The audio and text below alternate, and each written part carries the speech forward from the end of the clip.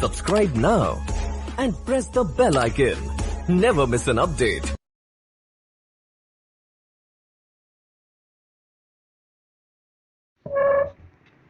Ready? 5 seconds.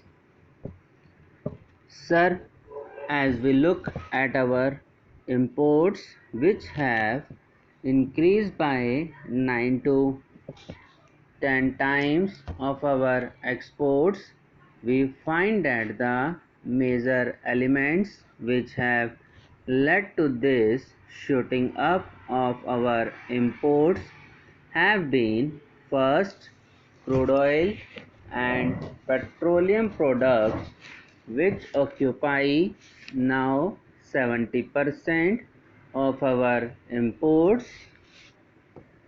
Mr. Finance Minister in the Associated Chambers of Commerce meeting yesterday gave the figure of 72%, and he said that we must plan to bring it down to 60%.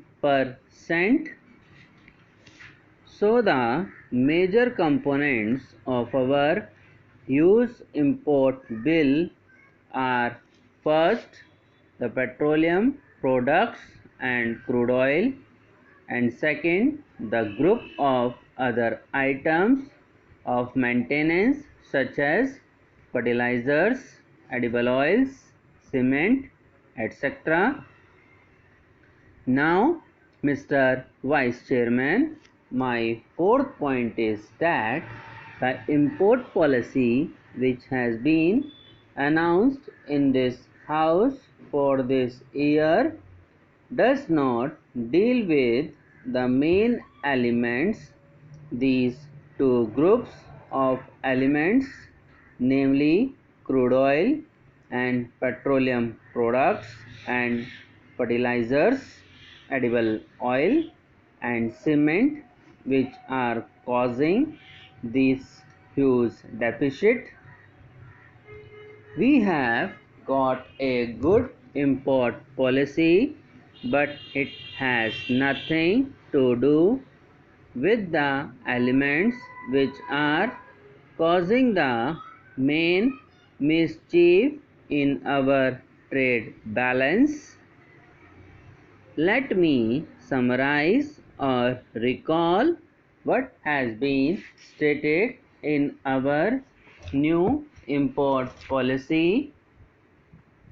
The new import policy has removed 160 items from the open general license.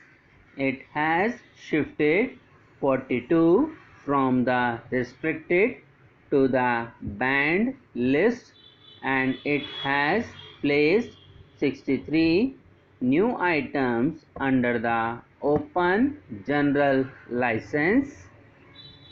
Now, if I am not mistaken, Mr. Vice Chairman, this import policy will reduce our imports this year from that of last year by rupees 100 crores. Now this rupees 100 crores reduction of our imports by the new import policy is about 0.8% of our total import bill. That is all that our import policy does, because the new import policy has nothing to do, as I said, with the two major elements causing the import bill to go up, namely crude oil and petroleum products and fertilizers, edible oils and cement. Now, may I say that with rupees 100 crores reduction, the new import policy is going to economize on the import bill for the next year is not likely to be on account of the import bill on items other than petrol, etc. If the finance minister is right, if the government is right, and the president's address is right, there is going to be an upsurge of 10% in industrial development. If investments and industries pick up, this import policy will not lead to any economy. A rupees 100 crores reduction in imports will not come about. Therefore, I leave this point by saying that the import policy of the government is good and is necessary for what I call non-important items that we need to have outside the import policy. Therefore, I want to plead in the House with the government for a national energy policy. Mr. Vice Chairman, I am one of the economists who has studied the energy problem and published a possible national policy under which there can be at least 25% economy in the next year in our use of crude and petroleum products.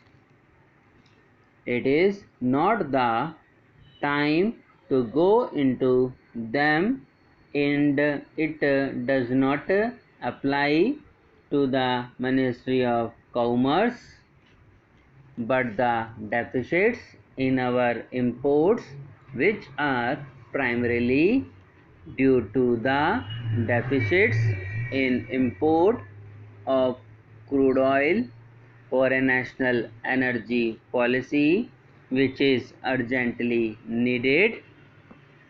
Once again would plead for this, as this is one of the means of getting our imports in some sort of in line with our exports.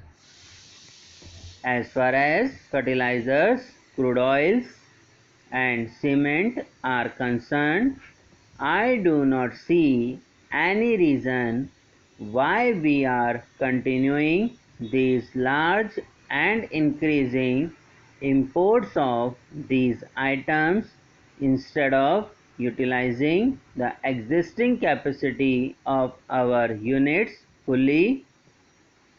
The story of capacity utilization in fertilizers and cement companies for the last year makes sad reading.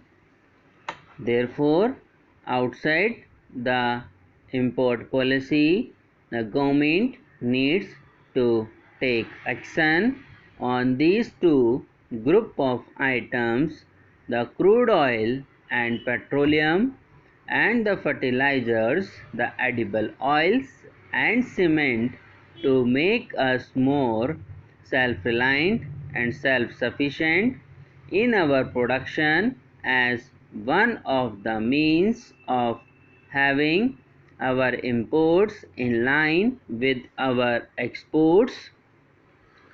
My fourth comment, Mr. Vice Chairman, is with regard to our exports. We have planned in the 7th plan for exports amounting to rupees 9800 crores, and the new policy which has been set forth comprises of more items placed under open journal license controls on a large number of units, removed 12 items, added to the banned list, making a total of 71 items and 3 items decanalized also. This gradual taking away of controls shall help the industry to grow in the right direction as envisaged in the budget. Subscribe now and press the bell icon. Never miss an update.